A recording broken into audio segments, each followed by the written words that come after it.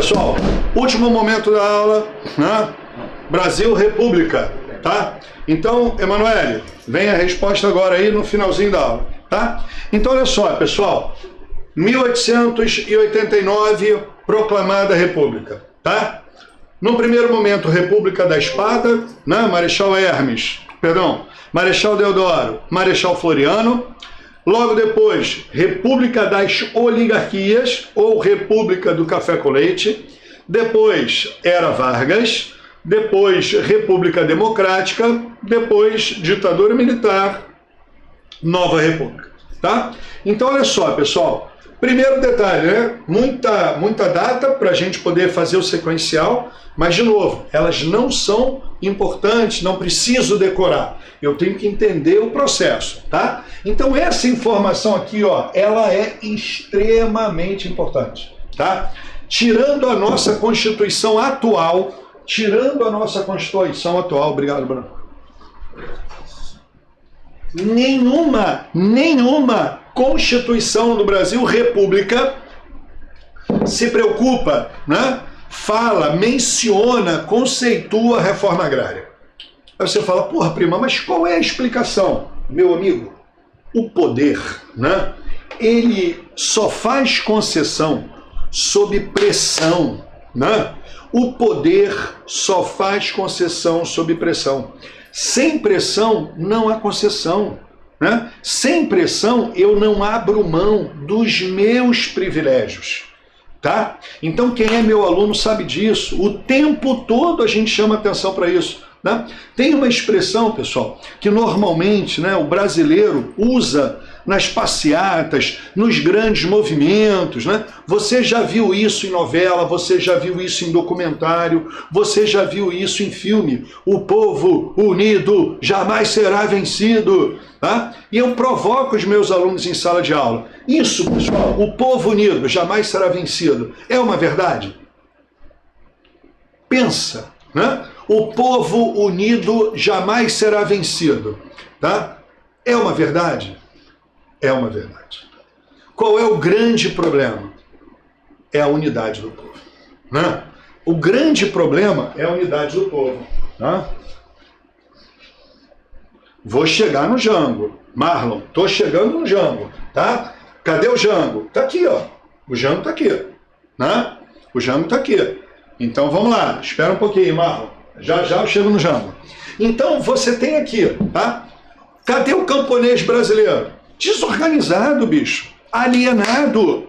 Quando você tem a República do Café com Leite, a partir da Constituição de 1891, o analfabeto está de fora, cara. O analfabeto está de fora. Vou repetir. O analfabeto está de fora. Pela última vez, o analfabeto está de fora. Calcula-se que apenas 5% da população brasileira era alfabetizada. Né? Agora, detalhe, o voto era aberto. E legalmente, quem é alfabetizado? Quem sabe escrever o nome. Então, meu amigo, voto aberto, né? A maioria absoluta da população brasileira no meio rural, tá legal? E eu, coronel, levo você para votar.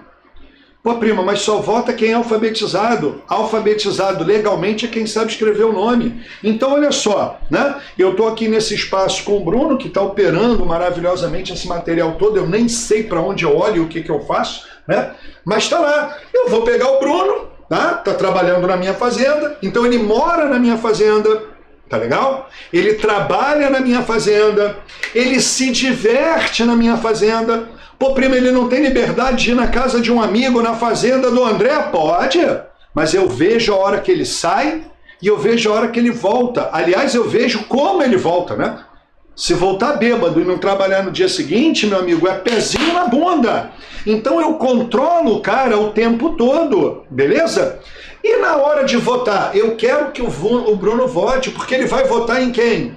Em quem eu quiser, não obrigatoriamente em mim. Porque eu posso não ter tendências políticas, mas ele vai votar em quem eu quiser. É o tal do voto de cabresto, né? Qual é o grande proprietário mais importante do Brasil República? Aquele que manipula uma maior quantidade de votos. É o tal do curral eleitoral. Beleza? Eu só preciso que o Bruno aprenda a escrever.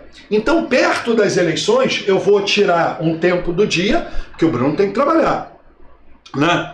E ele tem que trabalhar porque eu quero e ele tem que trabalhar porque ele precisa. Ele é mão de obra livre, ele é remunerado. Então, ele ganha proporcionalmente ao que ele produz, né? Mas eu vou, né, levar o Bruno a aprender a escrever. Então tá aqui ó, o nome dele, ó, Bruno. Olha que bonitinho, né? Então tem lá a tia que vai ensinar o Bruno a escrever. Tá? Mas o cara tá a vida toda ali na enxada, nunca pegou no lápis. Pô, vai aprender com uma certa dificuldade, né? Olha como é que ficou bonitinho, né? Sabe escrever? Sabe escrever. Escreveu o nome, vai votar. E vai votar em quem? Vai votar em quem eu quiser. Porque ele fala, pô, prima, mas se ele votar contra? Bom, aí é com ele, né? E comigo. Dependendo da minha crueldade, ele nem volta para casa, se é que vocês me entendem, tá? Então, veja bem, o poder dos coronéis, a desmobilização do camponês, a ignorância do camponês, não tem acesso à cultura mínima, não chega informação, cara. A Globo, há muito tempo atrás, né, eu confundo, né, porque não acompanho novela, né, eu só vejo as novelas que têm cunho histórico. Eu acho que foi Rei do Gado, né, que mostrava uma determinada cena na década de 30, Getúlio Vargas, guerra. Década de 30, Getúlio Vargas, guerra. A gente está falando do início da República, hein? República dos Coronéis é antes de Getúlio, tá? Que mostrava o personagem do Antônio Fagundes, tá? Ele ia de Calhambeque para uma venda, você tirava a bateria do Jeep e ligava no rádio da venda. Então, os coronéis e meia dúzia de camponeses que podiam ir para a venda, ao final do dia, tinham acesso às informações do Brasil. Década de 30, ricos, lá no campo, com informação restrita. Então, pessoal, o povo unido jamais será vencido. Slogans mais novos, mais recentes, que dizem respeito à maioria de vocês aí, né? Lembra? Mexeu com uma, mexeu com todas. Cara, eu falo isso em sala de aula o tempo todo. Se todas levassem isso como verdade, a sociedade não era tão machista. Mas a maior parte fala só da boca para fora, nem pensa no que está falando. Outra recente, ninguém larga a mão de ninguém. Porra, meu amigo, a gente nem pega na mão do outro. A gente nem pega. Esquecendo aí a pandemia, sem querer fazer um trocadilho, né? E quando pega, meu amigo, deu merda, a gente larga, né? A nossa individualidade, tão trabalhada pela mídia, ela aflora. Então você tem um campesinato absolutamente desarticulado, né? O poder na mão dos coronéis. Aí você fala, prima, mas vem Getúlio. Olha outra peculiaridade, né? Eu estava falando ainda há pouco que o Brasil não é um país para amadores, tá? Quem é que proclama a nossa independência? O futuro rei de Portugal. Né? É difícil de explicar isso para quem não é brasileiro. Legal? Quem proclama a república, pessoal? O Marechal Deodoro da Fonseca, que era ministro do Pedro II e era monarquista.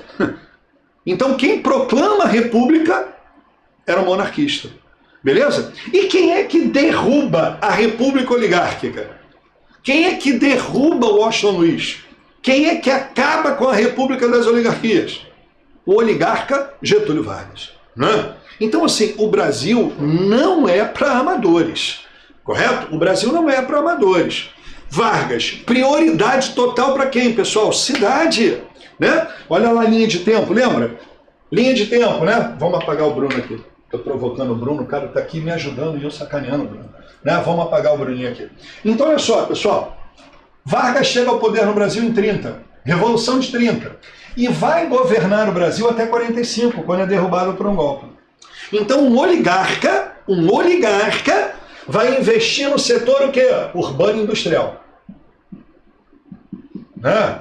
Então, um oligarca acaba com a república das oligarquias e investe no setor urbano industrial. Por que ele é maluco? Não. Porque a conjuntura internacional obriga o Getúlio a fazer isso. O prima, mas por quê? Pessoal, crise de 29, né? Então tá aqui, ó, a quebra da Bolsa de Nova York. Tá? E aqui, ó, Grande Deprê. Lembra? Grande Deprê. Vai mais ou menos, né? A história faz os seus cortes, 33. E depois, né? Depois nós temos a corrida armamentista. Tá legal? Lembra? A chegada do bigodinho maldito ao poder, o Adolfo, né? O Adolfo que chega aí aclamado pela população, mito, né? Tá aqui, ó, 33, corrida armamentista. Pô, bicho, crise 29, Grande Deprê. Alguém tá comprando café brasileiro? O Brasil vivia do café. Lembra? Monocultura. Então, se o Brasil não vende café, não tem dinheiro para importar produtos. Então, industrializa. O mundo investe em armas, porque o Hitler começou a fazer isso. E o Hitler defendia o quê, cara? Ampliação do espaço vital da Alemanha, mercado. Então, quando ele começa a investir em armas, desrespeitando o Tratado de Versalhes, ele deixa claro para o mundo todo que ele vai para onde? Ele vai para a guerra. E aí o mundo começa a investir em armas. E é isso que começa a fazer com que a crise 29 fique para trás. E por último, né, de 39 a 45, a Segunda Guerra Mundial. Meu amigo, na guerra, café é secundário. Né? Então, Vargas é sinônimo de industrialização. Pô, prima, mas o Vargas não é o pai dos pobres? O pai dos pobres da cidade. Porque é a cidade que incomoda. É a cidade que é necessária, é a cidade que cresce. Trabalhador na República das Oligarquias era caso de polícia. Vargas, extremamente habilidoso, faz um trocadilho. O trabalhador passa a ser caso de política. E o Brasil acredita. Só que, na realidade, o trabalhador que vai merecer as atenções de Vargas são o trabalhador da cidade. Ou melhor, são os trabalhadores da cidade. O do campo está largado. Por quê? Não incomoda. Não está organizado. O poder das oligarquias, Pedro, ele não acaba de uma hora para outra. Os grandes proprietários estão mandando no Brasil até hoje.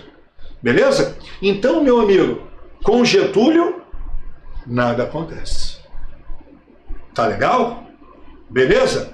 Agora, na década de 50, mais especificamente em 1954, no estado de Pernambuco, me fugiu agora o nome da cidade, surgem as ligas camponesas. Pessoal, essa informação é informação do vestibular, tá?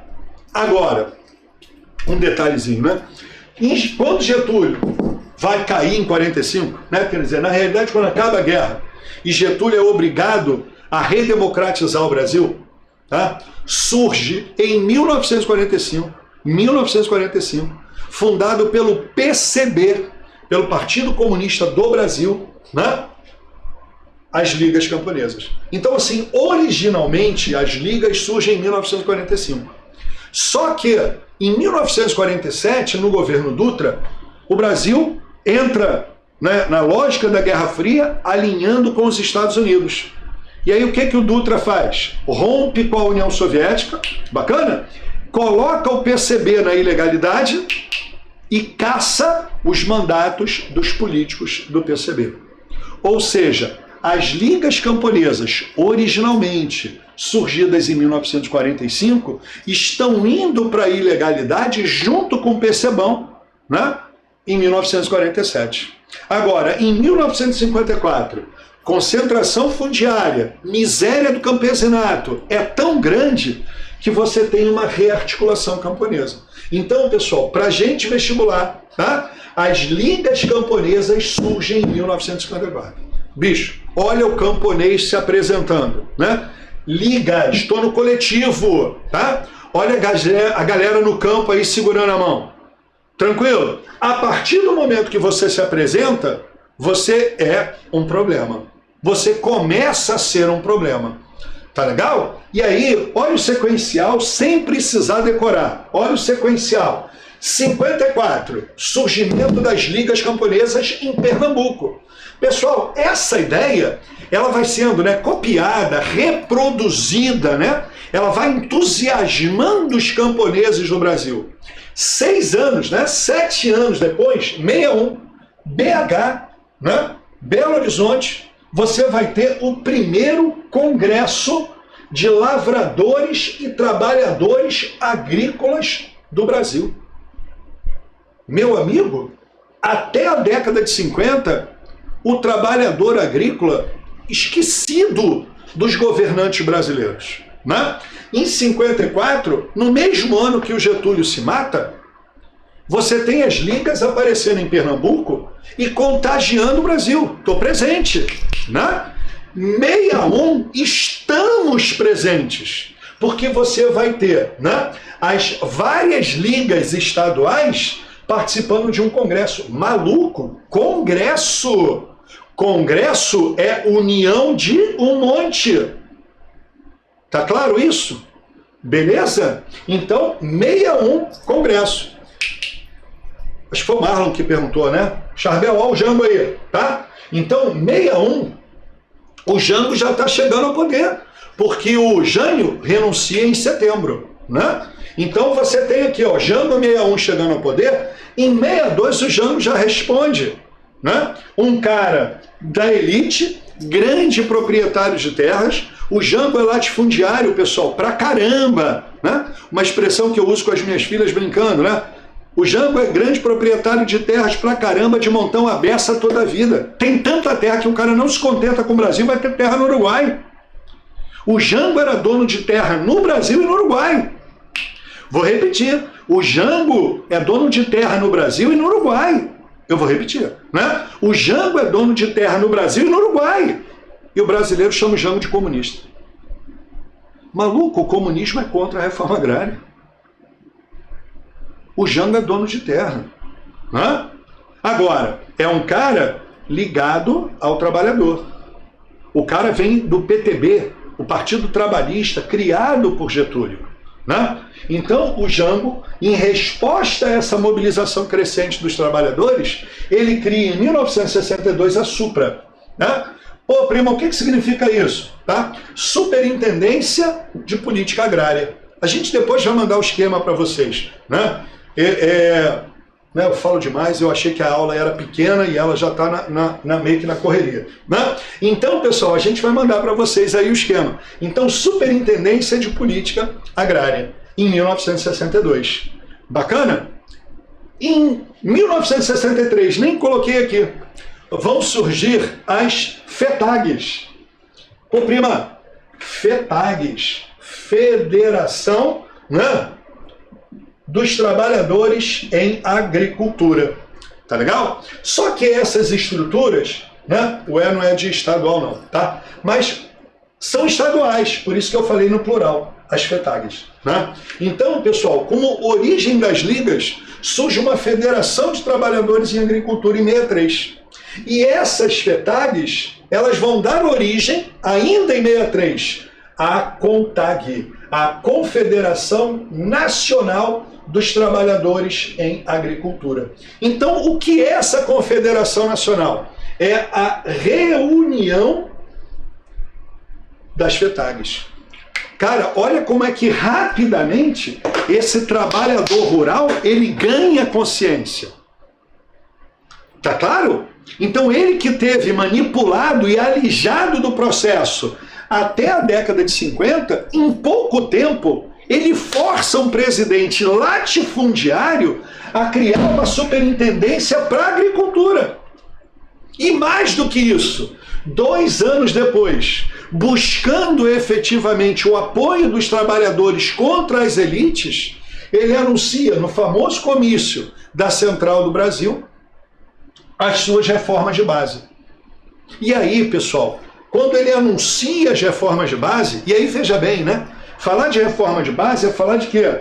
Cara, reforma fiscal, reforma bancária, reforma tributária, né? Reforma no sistema educacional e reforma agrária. Meu amigo, terra é sinônimo de poder. No Brasil, terra é sinônimo de poder. Mexer com a terra é mexer com as estruturas de poder.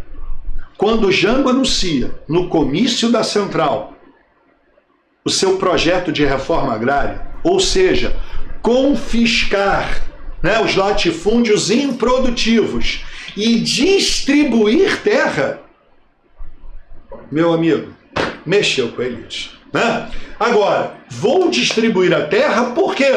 Porque essa terra é um bem social. Aquilo que a gente falou lá no início da aula. Terra, bicho, tem que produzir, gerar emprego e preservar meio ambiente. Latifúndio improdutivo. Não gera emprego, não produz e não contribui para a preservação do meio ambiente. Né? Então o Jango anuncia a reforma agrária. Pessoal, respondendo no chat aí rapidinho, tá? Reforma agrária. Reforma agrária. Aluno meu não vale, hein? Reforma agrária é uma medida, né, de caráter capitalista ou comunista? Reforma agrária, né, distribuição de terras, é uma medida de caráter capitalista ou comunista? Por favor, responda aí no chat enquanto eu bebo um golinho de água.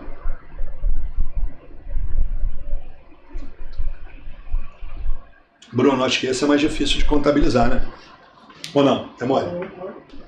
Alguns estão na dúvida, né? Pô, mas até agora não acertaram, cara. Ninguém acertou.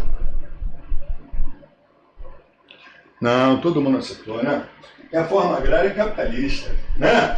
Reforma agrária é capitalista. Por quê, bicho? Porque o comunismo, né, ele defende o fim da propriedade privada. O fim da propriedade privada, né? Então, meu amigo, reforma agrária é capitalista. Mas eu tenho certeza, né, que os professores de história de vocês, o encaminhamento que a gente deu à aula, o comentário que eu fiz ainda há pouco, né, ajuda pra caramba a vocês, veja bem, hein, elite da população brasileira. Vocês são elite da cultura brasileira, né? Pouquíssimos, né, pouquíssimos brasileiros têm, né, o que vocês conseguiram já, chegar na terceira série, né, já estarem no pré-vestibular. A maioria da população brasileira não chega, né? E muitos não têm acesso ao ensino de qualidade que vocês têm a oportunidade de ter, né? Então veja bem, pessoal, no Brasil, principalmente da Guerra Fria, num Brasil dominado por grandes proprietários de terra, reforma agrária vai ser associada ao comunismo. Bicho, os grandes países capitalistas distribuíram terras, tá? Estados Unidos, falei ainda há pouco, né, em comparação à lei de terras, Homestead Act. Quando a burguesia chega ao poder na França, em 1789, ela vai confiscar terras da nobreza e principalmente do clero. Constituição Civil do Clero é uma das primeiras medidas dos girondinos quando chegam ao poder na França. Confiscam terras para distribuir. Tranquilo isso? Japão, era ou Revolução Meiji. Acaba o shogunato. O que era o shogunato? Era uma estrutura similar ao feudalismo. O que vai fazer com a terra? Distribuir. Vê bem, eu não estou falando de União Soviética, eu não estou falando de China, eu falei de Estados Unidos, eu falei de França, eu falei de Japão. Potências capitalistas. Distribuir terra é uma medida de caráter capitalista. Jango está falando de reforma agrária, não é revolução agrícola, reforma. Então eu estou reformando dentro da estrutura. E eu só vou confiscar as terras improdutivas. Mas terra é poder. E aí, meu amigo, os latifundiários que dominam a política do Brasil há mais de 400 anos não vão aceitar isso, né? Então, meu amigo, comício, 13 de março, 31 de março, o Jango está sendo derrubado pelo golpe. Tá? Então, pessoal, 31 de março, golpe militar. Beleza? 31 de março de 64, golpe militar. Em novembro de 64, né, eu coloquei aqui o mês para a gente poder mostrar a diferença, né? Em novembro de 64, no governo Castelo Branco, você cria o Estatuto da Terra. Porra, prima, os militares chegam ao poder representando a elite conservadora com o apoio dos grandes proprietários de terra e apresentam o Estatuto da Terra. Sim. E o Estatuto diz o quê? Que as terras improdutivas eram passíveis de reforma agrária. Né? Porque, de novo, a terra é um bem social.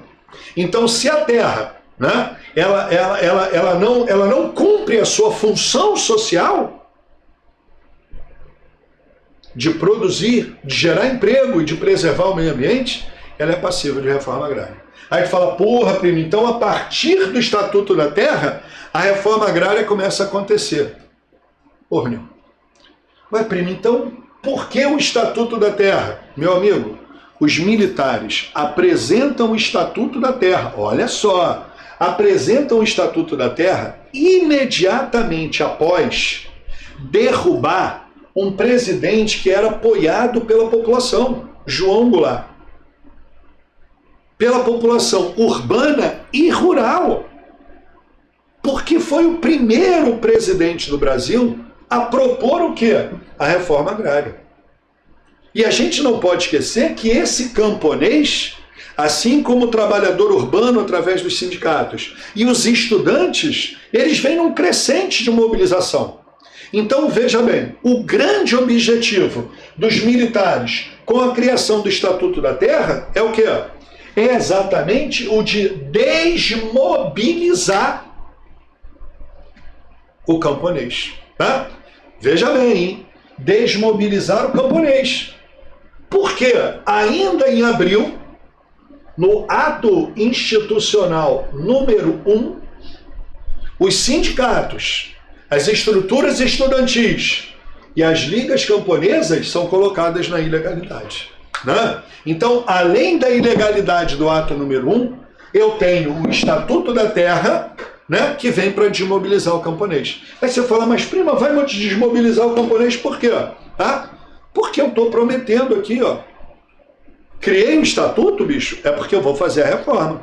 Tá claro? Pessoal, se eu chego para vocês, e já aviso de antemão, né? A gente não vai conseguir fazer, né? Talvez eu faça uma questãozinha de república. O resto a gente vai responder, né? Posteriormente para vocês. Mas, cara, quando eu falo, fica tranquilo que eu vou responder tudo, pô, você que estava aí meio no desespero, pô, o cara não vai corrigir as questões, pô, o cara não vai dar o gabarito. Quando eu falo assim, pessoal, vou mandar depois, tá? É o gabarito, tu já deu uma acalmada. Só que tu não sabe onde eu moro, sábado que vem é outro professor, no outro tu nunca mais vai ter resposta. Mas tu deu uma acalmada só porque eu falei que eu vou mandar, tá? Foi só um exemplo, eu vou mandar, né? Então, assim, o Estatuto da Terra desmobiliza o trabalhador. Bacana?